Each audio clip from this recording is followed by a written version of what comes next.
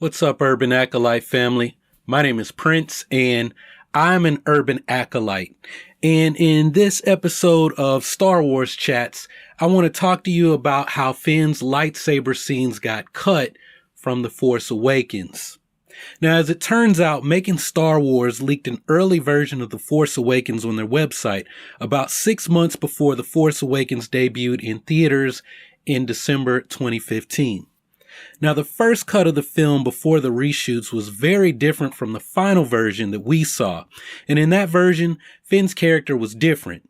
Some of the scenes that we saw were different, and I think that that version of the film would give rise to some of the same questions, but it might also make us a bit more sure about some other questions. One of those being Finn's role in the new saga. So the first big change from the early cut occurs on Takodana when Han and Chewie take Finn, Rey, and BB-8 to Maz's castle in order to locate Leia and the Resistance. Now, something to keep in mind is that, Han didn't know where Leia was located. Leia started the Resistance at the end of Bloodline while she was still living on Hosnian Prime. So it sounds like Leia left for Dakar around the same time that she separated from Han, which came after Ben joined Snoke in the First Order. Now remember how they got to Takodana and Finn decided to skip out on the mission? Well, he decided to leave with Captain Athano for the Outer Rim. But in the first cut, that didn't happen. Finn stayed with Rey and Unkar Plutt came to confront Rey about stealing the Millennium Falcon on Jakku. Now, Finn stepped in to help Rey, but Chewie ended up rescuing both of them. So Unkar Plutt still had his arms ripped out of socket by our favorite Wookiee. Now, since Finn never left with Captain Athano, Rey was never alone to hear the Skywalker lightsaber calling out to her. And Finn was never outside loading the cargo ship to see the Hosnian Prime system be destroyed by Starkiller Base. Now, in this version, Finn and Rey are out on the courtyard in front of Maz's castle, and they saw the beams from the weapon on Starkiller Base. And later, Maz and Han were also outside when they saw the weapon firing in the sky. So at that point, Maz took all of them down to the storage area below the castle cantina. Now, if you recall in a previous video that I reported on the Forceback vision, I said in that video that Maz may have actually stolen the Skywalker lightsaber from Kylo Ren. Now, many people called that video a nice theory in the comments, but here's the thing. It actually wasn't a theory. That actually was reported by J.J. Abrams. He confirmed it in the Force Awakens director commentary that one version of the Forceback vision was going to tell the history of the lightsaber and how Maz acquired it. So in this version, Maz had everyone join hands and she told them how the lightsaber came into her possession. And that started a flashback sequence where we saw bodies on the ground. Luke Skywalker turns up, and then we see R2-D2 being upset that Luke was leaving him. We then saw a reprise of the hand taking the lightsaber, and someone named Naka was revealed. We then saw a peasant dropping the lightsaber and starting a fire. The peasant panics and runs, but decides to go back for the lightsaber, thus saving it. We then see a local trader walking away with the lightsaber. The trader sells the lightsaber to a prosperous man, and then there's a battle raging, and the lightsaber's being used by the clan against the Seven. The clan are all dead, and we see Kylo Ren approaching Rey. The Seven are looting, and Maz Kanata takes an object from the battlefield. Now the flashback ends, and Maz presents the lightsaber to the group, and Finn is attracted to the lightsaber. He wants it. Rey, on the other hand, is repelled by the lightsaber, and she runs away into the woods, as we saw in the final version of the movie. Now, in Rey's Forceback vision, we saw a battle where Kylo Ren killed a clan warrior, and in this earlier version, there's a battle between a group referred to as the Clan and another group specifically called the Seven. In the concept artwork, there are several pictures of what is likely concept art for the Knights of Ren, where this group is called the Seven. It sounds like these clan warriors may have ties to some of the groups from Jeddah that we saw in Rogue One, and one of them is wielding the Skywalker lightsaber in battle against what may have been the Knights of Ren. So for some reason, Maz was present at the conclusion of the battle, and she managed to retrieve the lightsaber before one of the Knights of Ren could get it. Now, I believe that the Seven, or the Knights of Ren, were actually trying to retrieve the Skywalker lightsaber, because in this version of the film, it was actually the lightsaber that contained the key to locating Luke Skywalker on Ahch-To. Now we know what happened next. The First Order came to Takodana and Kylo Ren took Rey as his prisoner. The only thing that was reported regarding Finn is that Maz gave him the lightsaber after she used her own Force abilities against stormtroopers to get them out of the basement.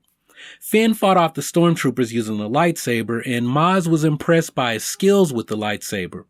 Now after that battle, in the Force Awakens novel, Maz tells Finn that she sees the eyes of a warrior in him, but those lines were not included in the film. So what we would have seen was Finn have some sort of instant connection with the lightsaber and a desire to use it in battle, and we didn't see that at all in the final cut of the film. We also didn't get the opportunity to see him redeemed with Maz when she calls him a warrior after initially saying that he had the eyes of a person who wants to run. Now this raises some questions about how Finn was presented, especially after learning his background as one of the top stormtroopers to come through the First Order's training program. But I'll hold off on those questions and explanations until I presented everything from this early cut of the movie. So you might also recall a shot from the trailers where Maz Kanata is seen handing the lightsaber to Leia. See, originally, Maz was going to leave with the Resistance and go to Dakar. Once there, she would speak with Leia and tell Leia that Finn should be given the lightsaber. And at this point, Han gives his plan for how they'll slip past the First Order shield defenses on Starkiller Base, and Leia then gives Finn the lightsaber to take with him on his mission.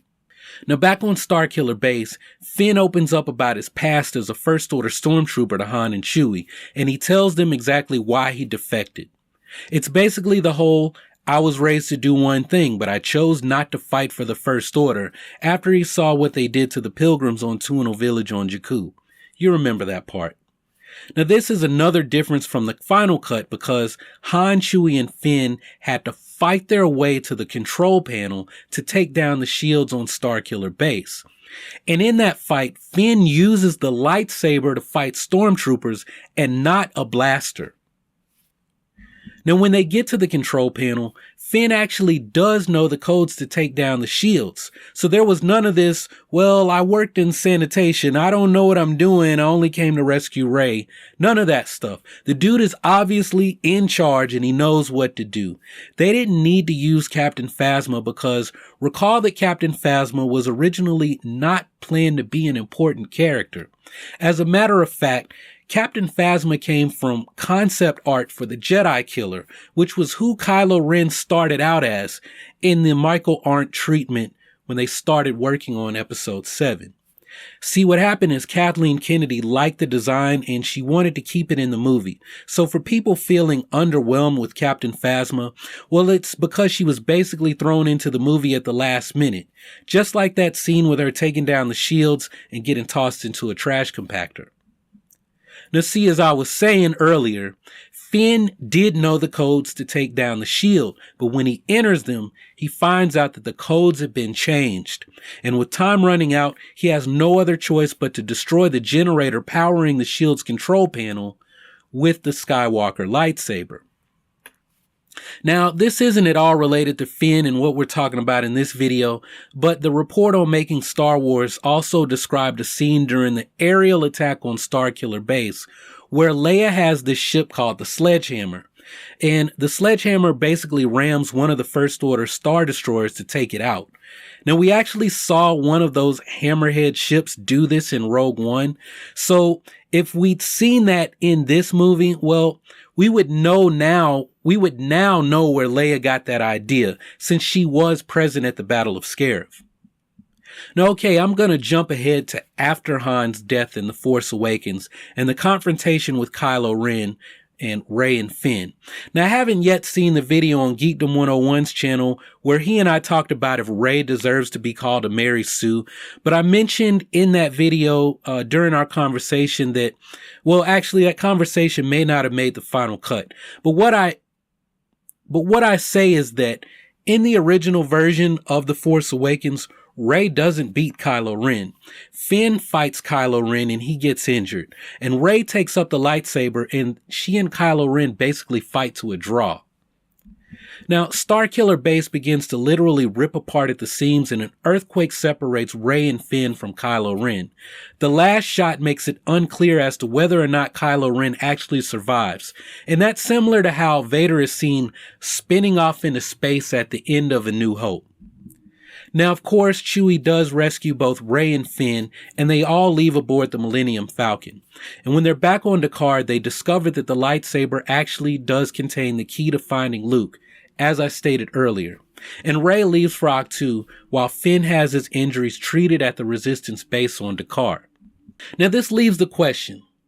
The first version of this film obviously showed Finn having a connection with the lightsaber and skills using it. Is this completely because of his training, or is Finn a child of the Force? It is possible to be proficient at lightsaber combat without being gifted. I mean, we recently saw Sabine Wren train with the Darksaber on the most recent episode of Star Wars Rebels. And then later in Season 3, we're going to see a lightsaber fight between two non-Force users in Sabine Wren and Gar Saxon. Now, contrary to what some people would like to believe, Finn is not the comedic relief of the saga and he's not a minor character. I mean, from the very beginning, the Michael Arndt treatment had two heroes.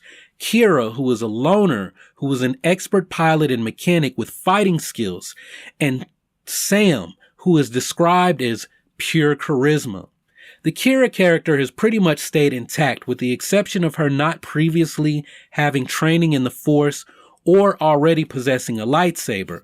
But Sam went from a smuggler, like Han Solo, to a stormtrooper raised by the First Order who defects and must carve out a new identity. So the question is, why change Finn? Why not leave him the way we saw him in the first cut? Well, for this, I'm going to go with what John Boyega said regarding Finn on his Instagram account. John Boyega said that the hardest thing about playing Finn was having to play scared all the time. I mean, think about shooting a film one way with Finn running around carving through stormtroopers with Luke Skywalker's lightsaber. I mean, it's like you're some kind of Jedi or something. And then you have to go back and reshoot this entire story as literally a completely different character. What John Boyega went on to say is that if we had seen the Finn that I've just described, there would be no room for character development. No character growth. I mean, where else can Finn go if he's basically already a Jedi with no training? Think about what people are saying about Rey being overpowered like a Mary Sue. I mean, can you imagine the nerd rage from the fans if we had two completely overpowered characters? How can Rey use the mind trick better than Obi-Wan with no training? How can Finn fight with a lightsaber better than Luke in The Empire Strikes Back? Also, remember that I said Rey fought Kylo Ren to a draw? If Rey has been training with melee weapons like her staff for most of her life, and she's supposed to be a better fighter than Finn, well, it would completely overshadow Rey's abilities if we saw 15 to 20 minutes of Finn mowing down stormtroopers with a lightsaber, and then we see Rey struggle with Kylo Ren for their 2-minute fight. I mean, even if it is Kylo freaking Ren, who just shrugged off a shot from Chewie's bowcaster. I mean, seriously, if anyone is a Mary Sue, it's Chewie's bowcaster. I mean, that thing is like a Wookiee bazooka or something. Gee whiz. But seriously, there you have it, folks. Finn was going to be a lightsaber-wielding bad mofo in the early version of The Force Awakens. His lightsaber scenes were removed, and the character was toned down so that all the attention wouldn't be taken away from Rey. Now, I've already reported rumors that Finn will emerge from his coma in Episode 8, and he will be the FN-2187, who was the leader of his fire team and one of the best stormtroopers to ever come out of Hux's training program. Now, will we see him do cool stuff with a lightsaber, and will he show signs of Force sensitivity in Episode 8? Well, for all of the answers to those questions, we're just going to have to wait and find out in theaters on December 15th, 2017. When Episode 8 hits the theaters. But what do you think about Finn and these lightsaber scenes that were removed? I mean, would you have rather have seen this version of Finn in The Force Awakens? Or do you think it's better so that he can be even more of a badass in episodes 8 and 9? Also, do you think that by having him spend so much time fighting with the lightsaber, that it would have been obvious that Finn is a child of the Force? So let me know your thoughts down in the comment section down below, and I'll be checking back to see what you have to say. If you haven't subscribed already, go ahead and click on that subscribe button so that you can take your first steps towards becoming an urban acolyte. Use your love for Star Wars to help make changes in your life to live more like the Jedi and to empower others in your community to do the same. Make sure to continue to support the channel by checking out some of the Star Wars gear on Amazon down in the video description, and by checking out some of these other videos like this one on Finn being a child of the Force, or this other video about a fan theory that said that Rey and Finn were both supposed to be Padawans of Luke and his new Jedi Order. But anyway, that's all I've got for this one, so thanks for watching. Y'all keep on breathing, and may the Force of others be with you always.